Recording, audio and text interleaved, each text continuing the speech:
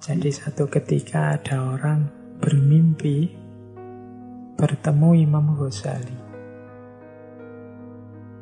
Orang ini terus bertanya pada Imam Ghazali, "Wahai Imam, sampean dapat balasan apa? Apa yang Allah lakukan atas Anda?" Ini karena Imam Ghazali ini kan manusia yang luar biasa, dapat gelar Hujjatul Islam, manfaat karyanya tidak henti-henti sampai sekarang, memberi manfaat pada orang lain. Menurut logika kita itu pasti beliau ini sudah mendapat tempat terbaik di sisi Allah. Terus makanya orang yang dalam mimpi bertemu beliau ini tanya seperti itu. Tapi Imam Ghazali menjawab, Allah menghadapkan aku kepadanya, lalu menanyakan padaku, dengan pahala apa aku menghadapnya. Lalu aku sebutkan berbagai amal perbuatanku yang baik. Dia berfirman, aku tidak menerima semua itu. Aku hanya menerima satu amalmu pada suatu hari. Ketika itu ada seekor lalat yang hinggap di tinta kolammu untuk minum. Sedangkan saat itu engkau sedang menulis. Kemudian engkau berhenti menulis untuk memberi kesempatan lalat itu minum. Karena kasih sayangmu terhadapnya, aku mengasihimu. Kemudian Allah berfirman, bawalah hambaku ini ke surga. Cerita ini indah. Ada dua pesan utama menurut saya dari cerita di Nasoihul Ibad ini. Yang pertama, jangan menyombongkan amal, jangan membanggakan kebaikan. Karena sebaik apapun, semulia, setinggi apapun amal baik kita, yang menerima atau menolak amal itu Allah. Allah yang lebih ngerti. Kadang-kadang kita menganggap satu amal ini sudah top, sudah baik, sudah luar biasa. Bisa saja Allah tidak menerima. Kalau dari cerita ini, Imam Ghazali dengan segudang prestasi, setinggi itu kemanfaatan untuk manusia, ternyata disebut satu-satu oleh Imam Ghazali, mungkin ini, mungkin ini. Allah malah berfirman, tidak ada satupun yang aku terima. Mungkin dengan bahasa yang lain, aku tidak tersentuh terhadap satupun amal yang engkau sebut.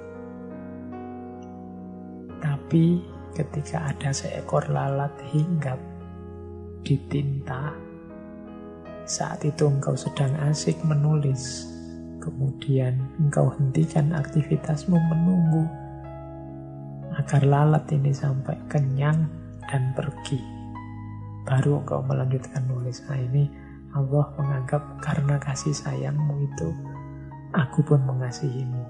Jadi pelajaran pertama tadi, jangan menyombongkan amal, jangan membanggakan amal. Karena Allah yang tahu mana amal yang diterima, mana amal yang ditolak.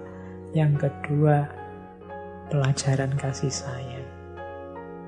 Ada banyak sekali cerita yang mengisyaratkan kasih sayang kita akan jadi kunci turunnya rahmat, turunnya kasih sayang Allah pada kita.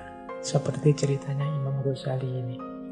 Di Nasoihul Ibad juga ada kisah yang mirip seperti ini, yaitu kisahnya Imam Asyibli. Imam Asyibli ini sama ceritanya seperti Imam Ghazali tadi. Ada seseorang bermimpi ketemu beliau yang saat itu beliau sudah meninggal. Imam Asyibli dalam obrolannya dengan orang yang memimpikan dia ini bercerita, Imam Asyibli cerita, setelah beliau meninggal, kemudian Allah menyapa, berfirman padaku, katanya Imam Asyibli, wahai Abu Bakar, sebab apa aku mengampunimu? Karena amal baikku, jawabnya Imam Shibli. Imam Shibli ini kan seorang ulama sufi, orang soleh yang tidak diragukan lagi manfaat dan kebaikannya. Jadi kalau ketika Allah tanya, kira-kira aku akan mengampunimu karena sebab apa? Jawabnya Imam Shibli, karena amal baikku. Tapi Allah menjawab, tidak, bukan karena itu. Kemudian Shibli menyebut semua ibadahnya. Mungkin karena hajiku ya Allah, mungkin karena sholat malamku, mungkin karena puasaku, semuanya disebut. Tapi Allah jawabnya tetap tidak, bukan karena itu. Terus karena apa wahai Tuhanku? Sebab apa sih engkau mengampuniku? Kok tidak karena semuanya tadi? Ingatkah kamu, kata Allah, saat kamu berjalan di jalan kampung di daerah Baghdad, engkau dapati seekor anak kucing kecil. Anak kucing itu sangat lemah karena kedinginan sampai menggigil. Engkau ambil anak kucing itu karena kasihan.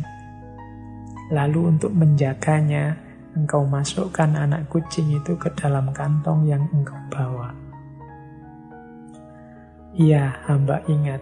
Itu katanya Imam Shibli, ini yang pernah beliau lakukan. Karena rasa kasihmu kepada anak kucing itulah, maka aku merahmatimu. Kalau tadi Imam Ghazali kasih sayangnya pada lalat, Imam Shibli kasih sayangnya pada anak kucing. Pelajarannya sama.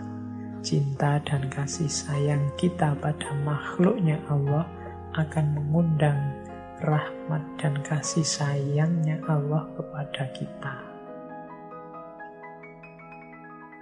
Masih ada cerita yang saya bawa lagi ini dari seorang sufi di Nasha'ihul Ibad juga, tentang seorang sufi namanya Abu Ali Shakik bin Ibrahim al-Balkhi, atau orang sering menyebut nama beliau Shakik al-Balkhi.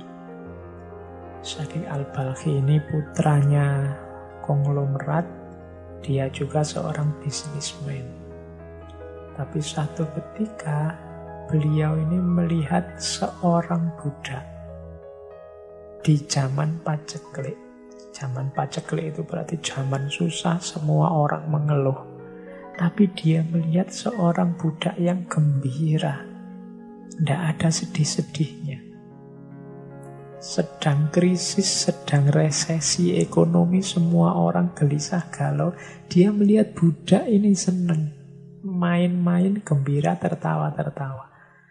Nah, Shakik ini yang juga sedang galau karena dia bisnisnya juga terancam. Terus tanya pada budak ini, kenapa engkau bisa tampak semangat gembira? Tidakkah engkau melihat keadaan orang-orang di musim paceklik seperti ini? Ini kan paceklik, kamu kok masih bisa tertawa-tertawa? Ini kan resesi, semua orang sumpek.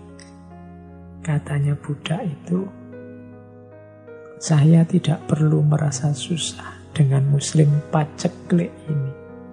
Karena Tuhan saya mempunyai ladang yang bebas untuk kami ambil apa saja yang kami butuhkan.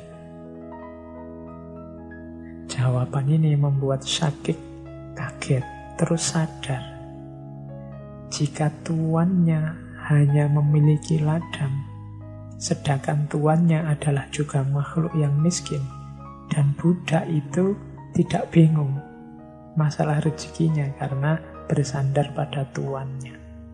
Maka bagaimana seorang muslim seperti aku memusingkan soal rezeki, sedang Tuhanku adalah Tuhan yang maha kaya. Jadi budak ini merasa gembira, tidak ada sedih-sedihnya meskipun resesi, karena dia percaya pada tuannya yang punya ladang, yang ladangnya bebas diambil kapan saja.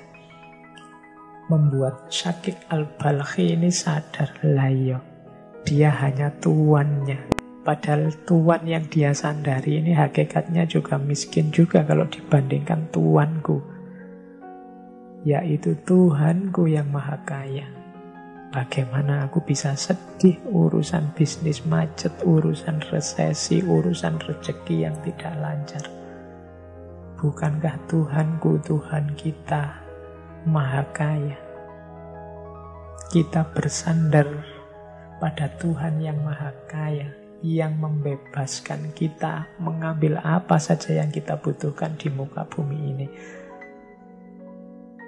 Maka dari situ Syakik Al-Balkhi terus sadar, terus meninggalkan semua hartanya, menempuh jalan sufi.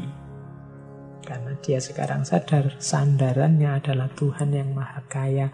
Tidak pantas lagi dia sedih, dia gelisah soal rezeki. Nah, itu cerita yang lain dari Nasoihul Ibad.